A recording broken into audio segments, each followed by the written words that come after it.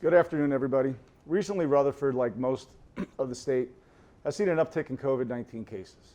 Superintendent of Schools Jack Hurley and I thought this would be an appropriate time to have a discussion explaining the close relationship between the Borough of Rutherford School District, the Health Department, especially as we approach winter months. We've asked Borough Health Inspector Brian O'Keefe to join us.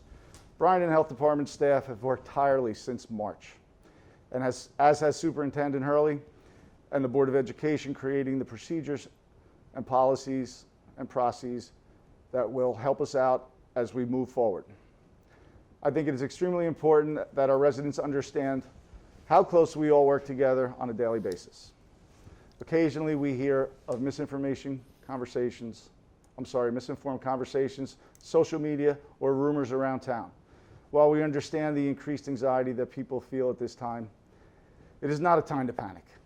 I'd like to remind everyone that what we do with our professionals here, who have always guided our town using all available data and science, and even more so during this absolutely unprecedented time.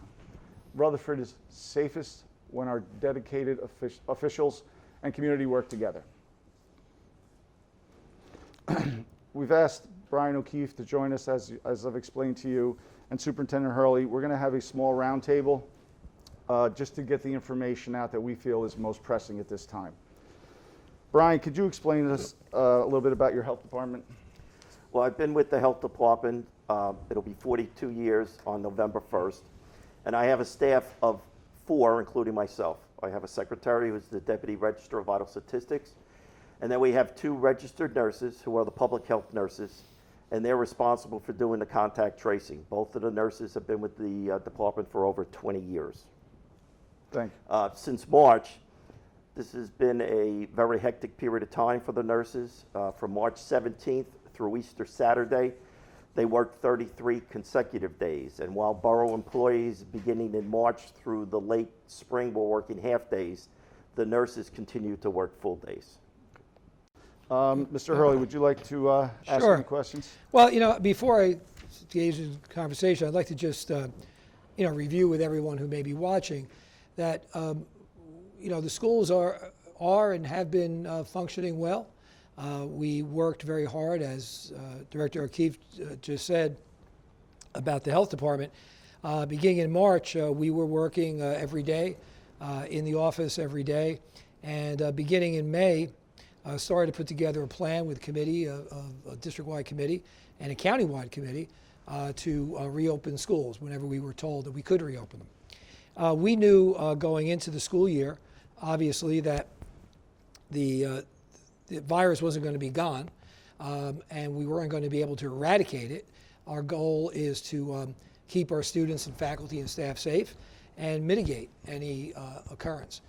So when we do have word that we have a positive case, or we do have word that someone had close contact with an exposure that means they may have to quarantine, we immediately put our plan into action. And to me, that's why we developed a plan based on guidance from the New Jersey Department of Health, from the CDC, and from the local Board of Health. So I want to make sure everybody understands that. And we follow the guidelines, we follow the rules, we immediately coordinate with the Board of Health and with our own nurses who are the frontline person here. I don't call the Board of Health, the nurses do. So we have our medical person talking to the borough's medical person. We also involve our school physician when needed, so that we're making a decision following the guidelines puts everybody in the best interest of safety. Also, sometimes we have to shut a class down or even shut a building down. It isn't always because of the type of infection or the number of people who are infected. Sometimes it has to do with class coverage. We have to, for caution, we have to have teachers stay home because they may have had contact with the student, and now we can't cover the other classes. So I want the public to be assured that we handle everything immediately as it comes in and in collaboration with the Board of Health. So, Brian, if when we call you and we give you the information and we do our quick research, we tell you who it is and when they showed symptoms and when they went to get tested. What happens then from your end? Sure. One of the main responsibilities of a local health department with any type of communicable disease is to do contact tracing. In New Jersey, the system is basically a laboratory reporting system to the New Jersey State Department of Health Communicable Disease Reporting and Surveillance System. Then that information is sent to the local health department in the town where the person resides. So when the nurses get that notification, or if we get a notification from the school system of a positive case, the nurses immediately institute contact tracing. And the state has a program that they call CompCare, which is about 20 pages in length, that requires that the nurses filled in a host of fields of information, which is, upon completion, then sent down to the state health department for review. So it really depends on what the circumstances are. I can give you an example. If a child in a classroom tests positive, the children in that classroom would have to be removed from school and quarantined for 14 days. Secondary contacts, which would be like brothers and sisters who are at home, would have to monitor their health for 14 days. But the people that had the primary exposure, the child in the classroom with the positive case, would have to stay home for 14 days. Right. And just to be clear for everybody, the children in the class who have siblings, those siblings just monitor. But the child who's positive, if he or she has siblings, they stay home. Right. Right. Right. In Bergen County, the county health department has taken a more stringent approach on this. Close contact is normally defined as being within 6 feet of somebody for 10 minutes. Now, in the schools, they're separated more than 6 feet and they're wearing face coverings. So technically, they don't fit the definition of close contact. But the county health department has taken a more stringent approach and says that even if a child tests positive in that class, the remainder of the students in the class should be quarantined for 14 days. Right. This also goes along with the symptoms. The state allows a student, if they have one symptom, for example, a sore throat or a runny nose, to attend school. But the county health department, after reviewing thousands of cases, have determined that if a child even has one symptom, they should be excluded from school. So there's a higher standard being applied in Bergen County as compared to throughout the state. Right, right. And just as another follow-up, you spoke about close contact. Again, in our schools, everyone's wearing a mask. Everyone is kept 6 feet apart for as much as humanly possible. All the desks are set up and marked that way, and we are staggering arrivals and departures and having hybrid sections where half the students or less are in. So really, the school and being sanitized frequently. And as the governor announced, there are none of these increased numbers are being linked to schools, and none of the numbers here that we've been communicating about have been linked to schools. Doesn't mean that we don't have students or staff coming to positive, but they haven't been linked as an outbreak in school. One of the things the public health nurses and I have observed is that we feel that when the children are in school, they're in a controlled and a disciplined environment. Our offices are located right off the public sidewalk on Park Avenue, diagonally across from Lincoln Park. And when we see the children leave from school, they're congregating on top of each other and they're not wearing face coverings. That doesn't exist in the schools. It's existing after they leave school. Right. And we see the same thing, from my office. I see the same thing. And one of the things I know we talked about, speaking about, and I wanted to mention too, is asking everyone to please, follow to the best of their ability safe practices outside of school and work. That's really very, very important. Excuse me. To that point, Brian, could you explain a little bit about the timing of when a viral load is detectable enough? Well, when somebody has been exposed to a virus, normally everyone says you should go get tested. But the state health department recommends that you get tested 5 to 7 days after the exposure, because if you get tested on day 1 or day 2, you might not test positive for the virus yet. So days 5 and 7, you might have a higher viral load in your body if you have COVID-19. So you'll get a more accurate test result. The incubationary period is 2 to 14 days. So going the next day really doesn't accomplish anything. Which is what you've been trying to stress. Right. Right, exactly. And so what happens when a person tests positive? What should they do? Well, the first thing they do if they're exhibiting signs and symptoms of COVID-19 and they're going to get tested, they should stay at home and isolate until they get their test results. And then depending on what their test results feel is what the next step is. If they come out negative, they're okay, but they still shouldn't come to school if they're still sick with a cough. Right. If they test positive, that information will be reported to us electronically through the State Health Department Communicable Disease Reporting and Surveillance System. And more recently, we've been getting notifications through the school system of the parents notifying the school system that their child is positive. Yeah. So that kicks in the public health nurses to do the contact tracing. Yeah, if I could follow up on that, I think it's very important that parents contact the school if they have concerns or if they have certainly if they have a positive test. We'll immediately call the Board of Health, and the parent should as well, to make sure we nothing falls through the cracks. But we've had a couple of instances where we've been notified on a Sunday night. We've been notified very early in the morning, and we then can reach out to potential exposures of teachers or students, parents, and say, stay home because there's a potential you may have been exposed, and we'll get back to you with more details. So we keep them out that day, and then that morning we're on the phone with the Board of Health. We get together, and then we decide, do they have to be quarantined? If so, how long? But it's very important that you don't send your child, or you don't go to work, or you don't go to any place, in the community. If you feel that you're going to get tested, you have those symptoms, stay home. Right. The responsible thing is for the parent to reach out to the school system as soon as they're aware that their child or somebody in the family has tested positive. But that also should carry over to extracurricular activities, Yes. whether you're in the Boy Scouts or the Girl Scouts, or you're playing football or soccer. You have to let that organization know that your child or an immediate family member has tested positive for COVID-19. Okay. And that's part of what's going to come out with contact tracing as well, right?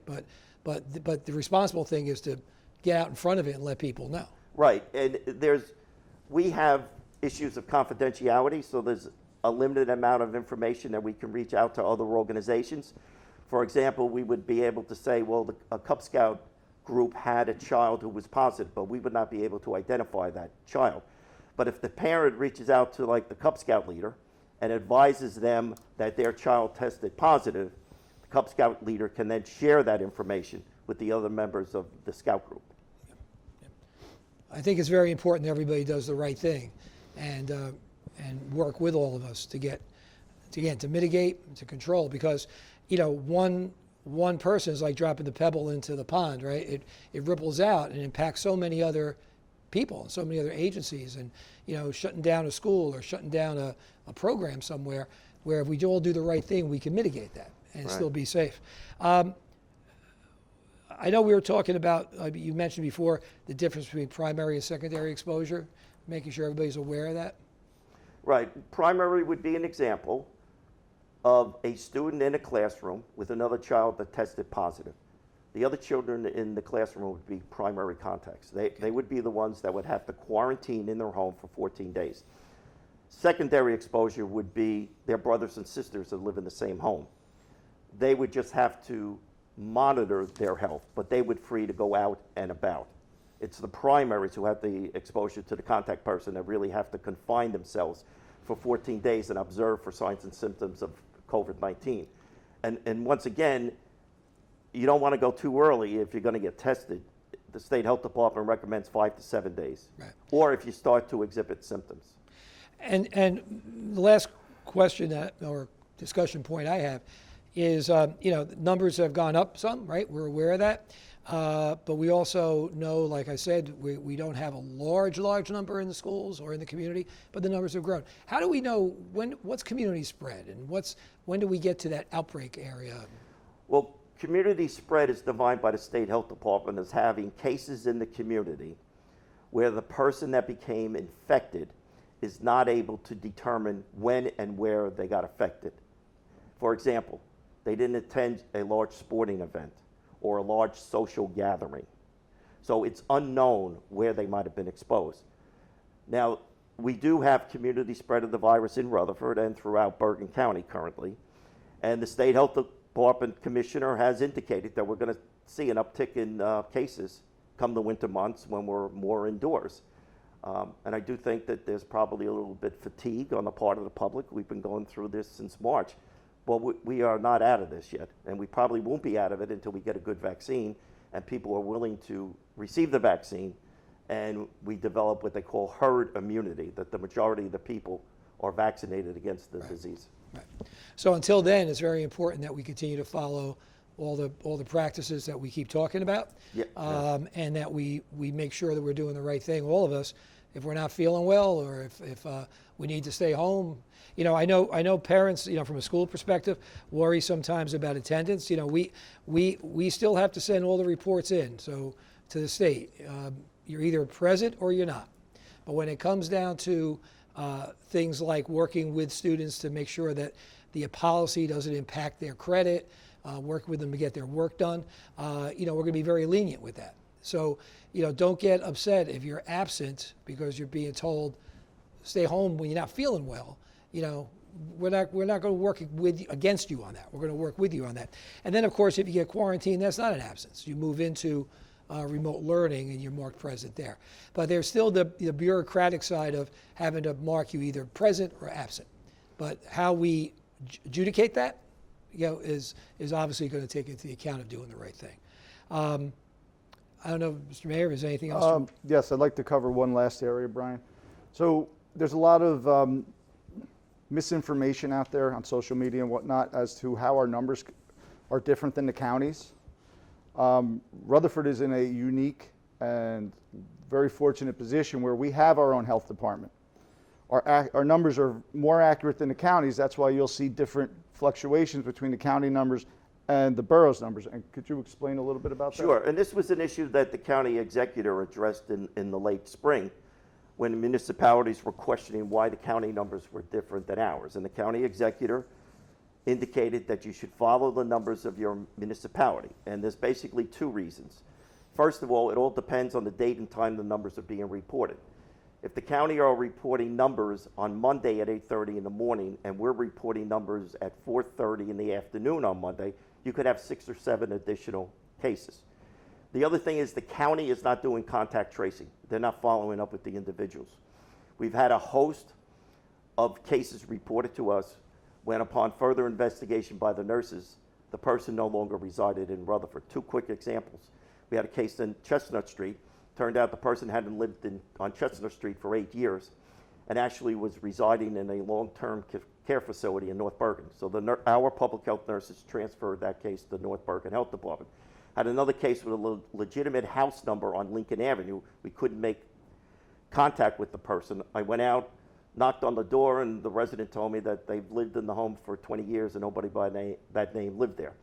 I was able to enlist the help of the police chief, and he was able to track down the person. The person actually did live on Lincoln Avenue, but it was Lincoln Avenue in Newark, New Jersey. So that was another case that was transferred out of Rutherford to Newark. So that's why the numbers are never going to add up. Yeah. And if I could just add one more thing about having the local Board of Health, whose office is right across the street from my office. I've never had to wait to reach somebody in the office. I never had to wait, or our nurses never had to wait, and to have a conversation and to collaborate on what's the best way to handle things. Some other municipalities are not that lucky. They have to reach out to the county office, and it's not a knock on the county office. It's the fact that they're dealing with many communities. Also, we know each other. We work with each other for years. We know the nurses. They know our nurses. We do training together. So there's a familiarity that allows for better dialogue, open dialogue, and decision making. So I think we're fortunate in that regard. To have that kind of relationship. Yeah, this professional relationship between the Board of Health and the Board of Education just didn't start because of COVID-19. No. I've dealt with Mr. Hurley going back to the days when he was the high school principal. So we've had a long-term professional relationship. Yeah, long-term. Thank you. Anything else you want to add to this, Brian? I would just say that it's important to keep in mind with the winter months coming up that the State Health Commissioner and the CDC has certainly indicated that we're going to see a surge in cases because people are going to be spending more time indoors. One of the most important things you can do is get a flu shot because we're going to have the flu circulating at the same time COVID-19 is circulating. So one of the things that we don't want to do is overload the healthcare system. and the hospital. So people should take advantage of getting a flu shot. There's no vaccine yet for COVID-19. Maybe in the spring there'll be something available, but people should take advantage of that. And they still should continue to social distance, wear a mask, wash your hands, avoid large gatherings. We are not out of the woods, as the state health commissioner has said. It's still here, and we're going to be faced with this in the next couple of months. Okay. Mr. Hurley, is there anything regarding the flu that you would like to say because of the impact it would have with the misconceptions between COVID and the flu? Right. Our nurses are trained in and are experienced in trying to understand the difference between the diseases. They work with the Board of Health on that. But to Mr. Keefe's point, get a flu shot. Stay home if you're not feeling well. We're sanitizing the buildings more than ever, right? So that's going to help also mitigate the spread of any kind of disease, including flu. But we all have to work together on this, okay, both in school and out of school. Okay. I'd just like to end this on my end with, we have worked very hard together. The three of us have spent a lot of days together. We will continue this. We just ask that everybody continue to work with us, stay safe, do what's in the best interest of your family and your community. And I'll leave it at that. Thank you. Thank you, Mayor. Thank you. for coming. Thank you for the opportunity.